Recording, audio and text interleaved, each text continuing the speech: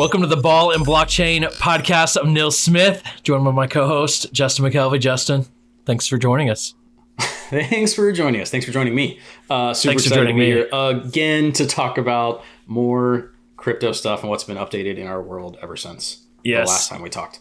You and I keep learning a lot along the way, and texting every day about new things that we're learning and experimenting and trying.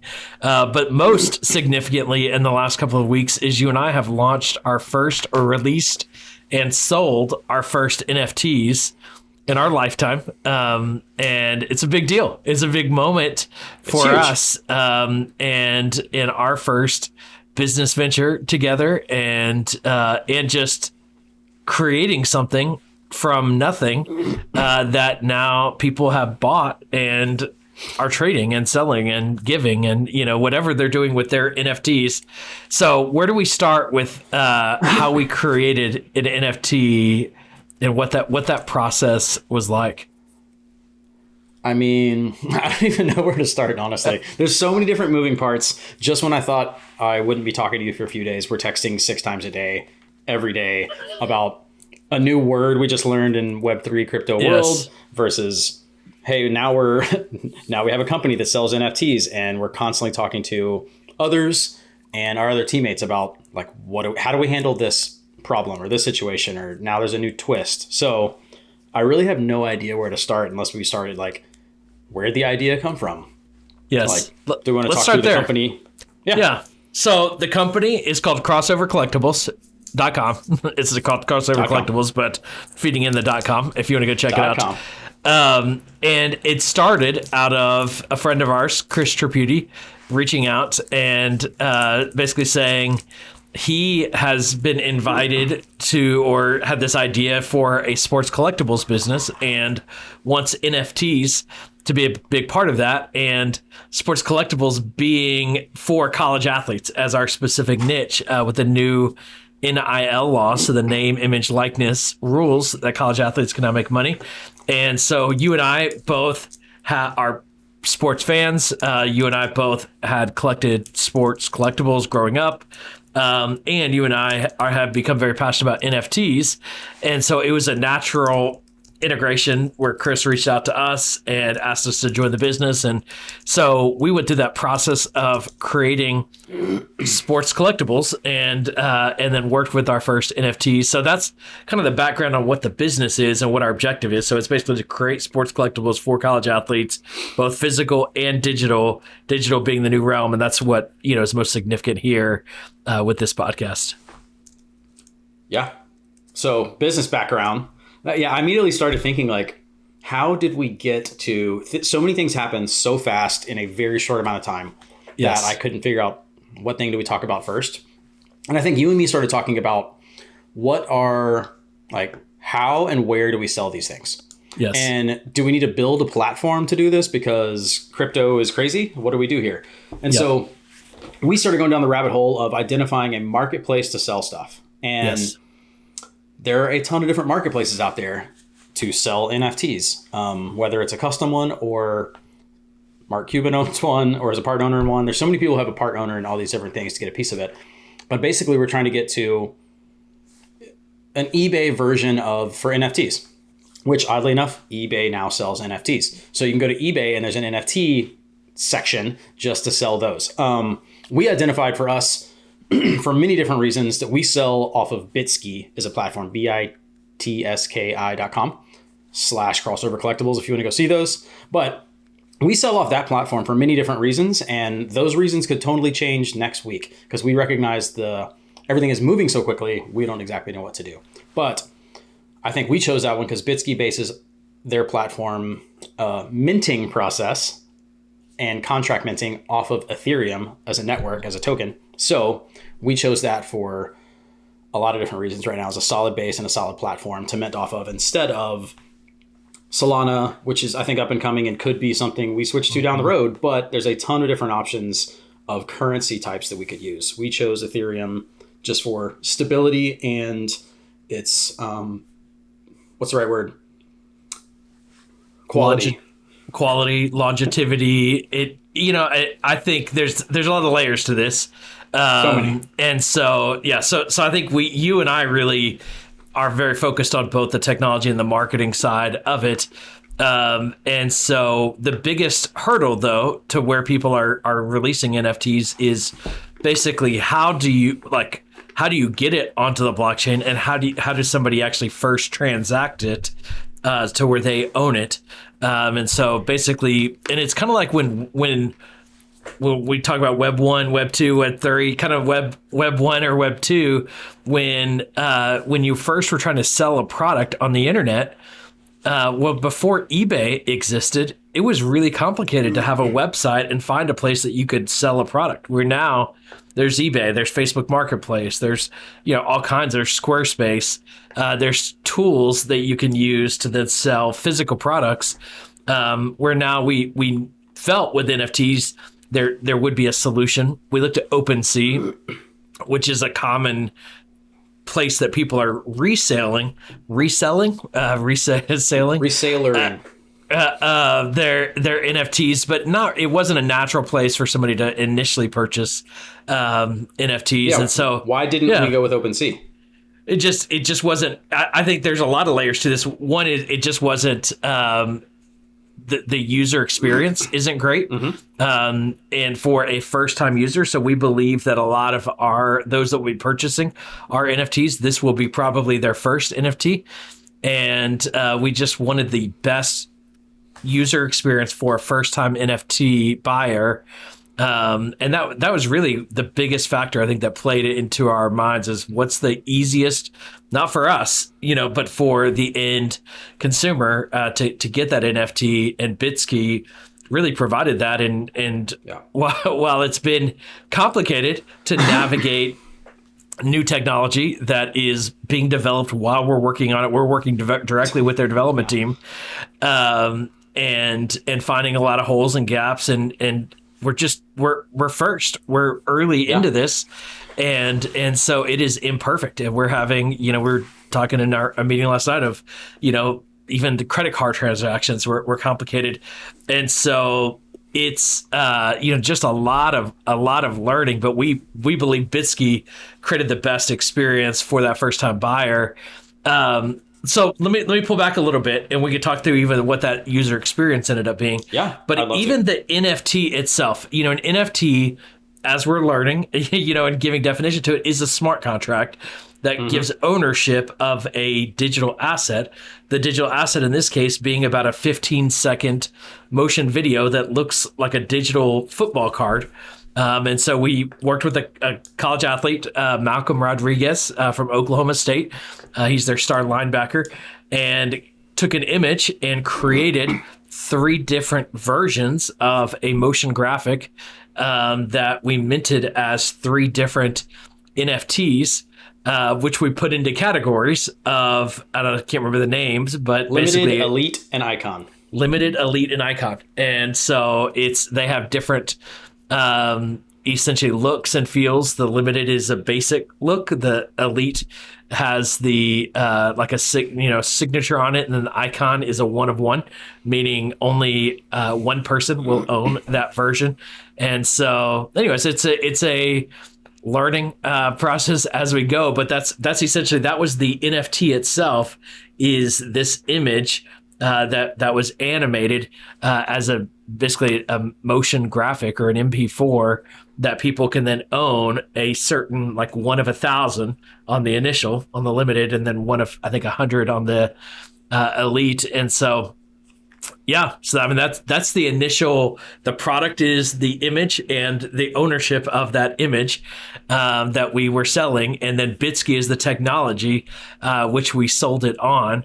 And so people basically go there, they put in a credit card, or they set up a Bitski account and then connect a credit card to it, or use the Ethereum from a digital wallet that they already have, and can then use that to buy the NFTs that we're selling on the Bitski website. So did I explain that process right, Justin? I think you did. Why are there a reason for 3 different NFTs for one person?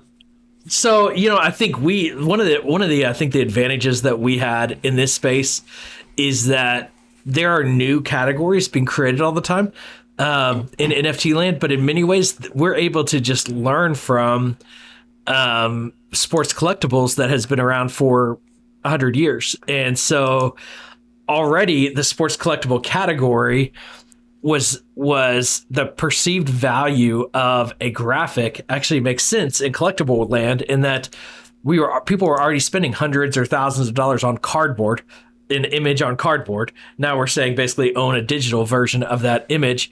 But what gives it value in the cardboard is the limited quantity. And so when you have a Michael Jordan rookie basketball card, there's only so many of those available.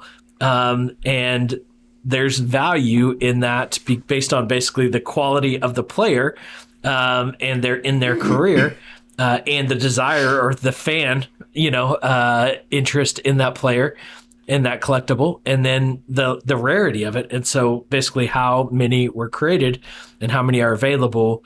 And then often, we see it in collectibles, autographs add value, so there's different just elements of things that add value. So that was kind of the rationale behind the different versions. Is some have more quantity available, so they're going to be worth a little bit less, and some have more rarity factor, and so the value is going to be greater from an access standpoint. So that was the intentionality, Justin. Did I answer that? Thank you. Right? Yeah. I think it's good. I think the rarity adds the value in like monetarily, but also in access to a specific person who is not the creator, but the who the NFT is about, right? So they're essentially building their brand, so they can continue to build that and do what they want with that. If you own the top one of one, you get a little more access than you would if you own one of the 100 versus one of 1,000. So future stuff to be released, whether that's giveaways or like private events and that kind of stuff. So it's going to be pretty cool to see how that develops just as a brand based on each athlete themselves doing different stuff to like promote themselves and their fans. I was going to talk about I like the user experience that you mentioned. Yeah. I actually think the user experience of OpenSea is really good, but not really as a platform, because I built lots of platforms in the past. As a platform, it's really cool, but for a first-time user, to buy an NFT, the process is not easy at all, because you have to get really, waist deep into crypto to understand that entire process. For OpenSea, you have to have a wallet. Inside of a wallet is where you hold all your money, but that's a blockchain wallet versus in your pocket wallet. And you use that to make a purchase. And then you can pull out a different currency out of that wallet. Maybe you have 5 different currencies in your wallet. How do you know which one to purchase with, and how do you change that? So those connections were really hard to understand and not super easy, versus Bitski for us. So if you go to crossovercollectibles.com, you can view any athlete you want and view all their NFTs available. You can click on that NFT. It'll take you over to Bitski, the very specific one. On Bitski itself, you just say, I want to buy this thing, just like you would on any shopping website, on e-commerce store. If you're trying to buy a t-shirt, you click on that thing, and then it goes to like, cool, enter your credit card or create an account. You can do one or the other usually, create an account so you can come back and view all your purchases and that kind of stuff. So you create an account with your email and a password. You click buy now, and it just says enter your credit card. You enter that credit card and hit done. That's it. Super simple for Bitski. There's not a lot to understand. If you've bought a t-shirt or something online before, you can buy an NFT. That's why we want to use Bitski, and I think it's the best to promote athletes and their brands, and the simplest to use to get into the market. At that point, it takes a little while. There's usually it's probably like 30 minutes, but sometimes it says up to 24 hours before that will show up in your account.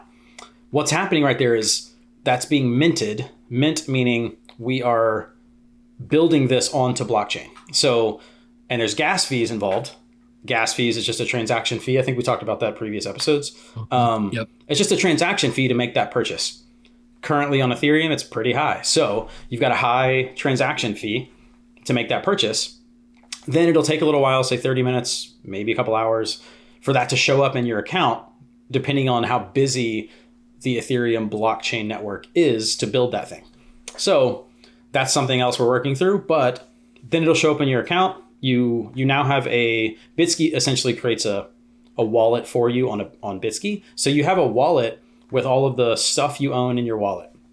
Pretty cool setup, super easy to do. I think that process is very easy compared to some of the others. It'll immediately start showing up in OpenSea because blockchain is an open network. Everyone can see an ongoing ledger. People can go to OpenSea. Is it .io or .com? .io. .io. Yep. OpenSEA, OpenSea. Go to OpenSea.com. When you go there, you'll be able to see everything that's already been minted because all they're doing is pulling newly minted things and they're just showing you collections. So there's a Crossover Collectibles collection and you can see everything we have minted. So all the athletes we have, everything available will show up there after they've been minted onto blockchain. It's a pretty cool process, and that's kind of going to be like, that becomes the exchange network that's a lot like an eBay of resellers going, okay, I bought this thing a while back and now I'm going to resell it. So you're kind of buying and selling and trading, and it becomes a marketplace where I went there a few weeks ago and I held this up earlier because it's like, I bought some baseball cards a few weeks ago on eBay for like $10. Yep. It was the exact same process, but for a physical piece of paper. So this is a Nolan Ryan card that I'm holding up if you're listening and not watching on YouTube.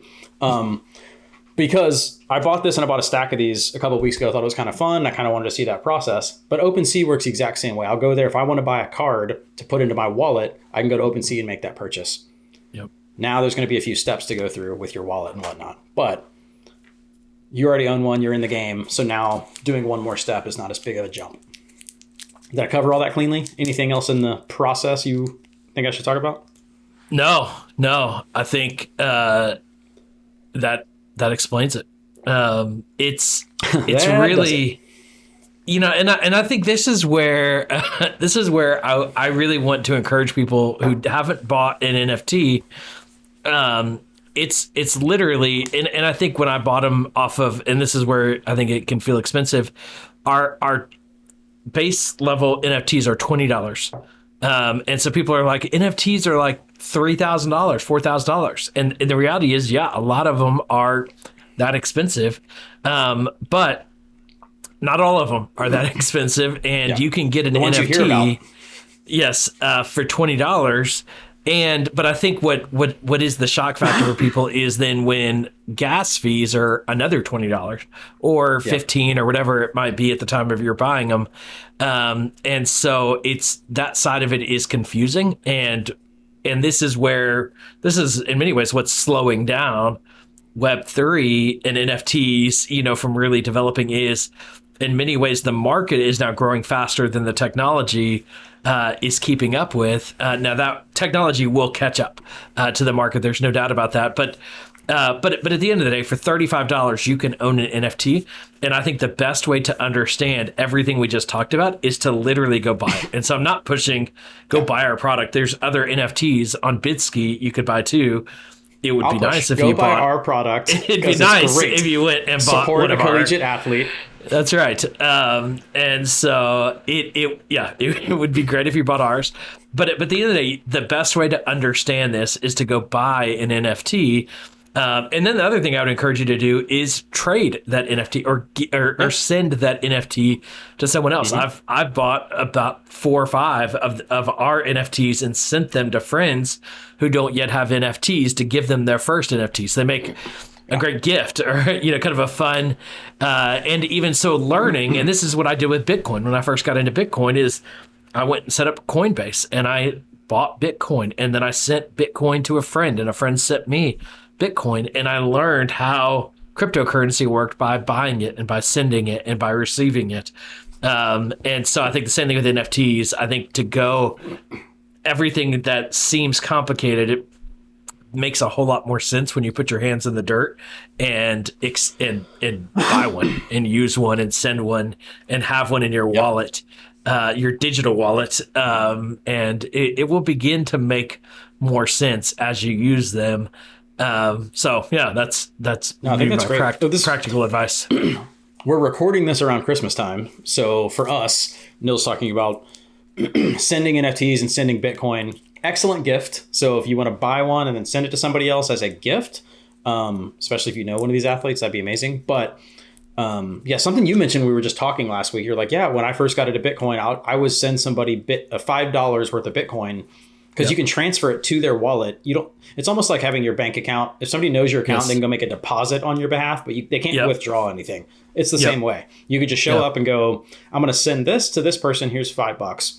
It helps you learn the process, but it also gets somebody else into something, and you kind of become like the expert or the helper in their eyes on how to process those things. Which NFTs, though, it's baseball card trading in a sense. So for a lot of guys in the 90s and in the 80s, super excited about that of, sweet, I can trade baseball cards now. But there's a lot of great art. I own a bunch of art pieces that I think are really cool and supportive of like women's projects and women specific supporters that I think are awesome. But I think it's a great idea to just be able to buy those things, trade them or give them away, like transfer them to somebody else through their wallet. I think it's a great process to learn. Yes. So that, I think Justin summarizes, and we'll keep talking about our processes as we are learning and navigating this new realm. But that was our process in launching, developing, and selling our first NFTs. Anything else, Justin, that we missed in this initial launch? I think like when we're getting to this, like just kind of talking about questions here at the end, I think that was our basic cover of our launch, but super helpful for us if you guys ask questions or leave comments on either of our socials. Really is how we like to connect. So please do that. We'd love to be able to answer some of those questions. I answered some this morning. One of them was, what's the best place to learn about crypto? It was like, and exchanges. I was like, coinbase.com/learn, which actually Nils told me about weeks back. They've got a huge base of just knowledge there. If you want to go read up on what some of these terms mean, I think that's a great place to send people just because it's very user-friendly, very basic, easy to understand. But it's good. I think it's good for our coverage of this episode. Yeah, and I'll just one more time, crossovercollectibles.com. Great place to go and buy some NFTs and get your collection started. By the time you're listening to this, we'll likely have a dozen different athletes available there on the site. And if you don't see an athlete that you want to buy their NFT yet, just wait a week or two because we're going to have more. Or tell that athlete to give us a call. That's right. We would love to support them as well. Yes, we would. All right. Well, thanks for listening. Make sure you go leave a rating and review on Apple Podcasts, Spotify, Stitcher, wherever it is that you listen to podcasts. It mean the world to us if you go leave the rating review, tell a friend, and share this podcast with someone else. We'll talk to you again on the next episode.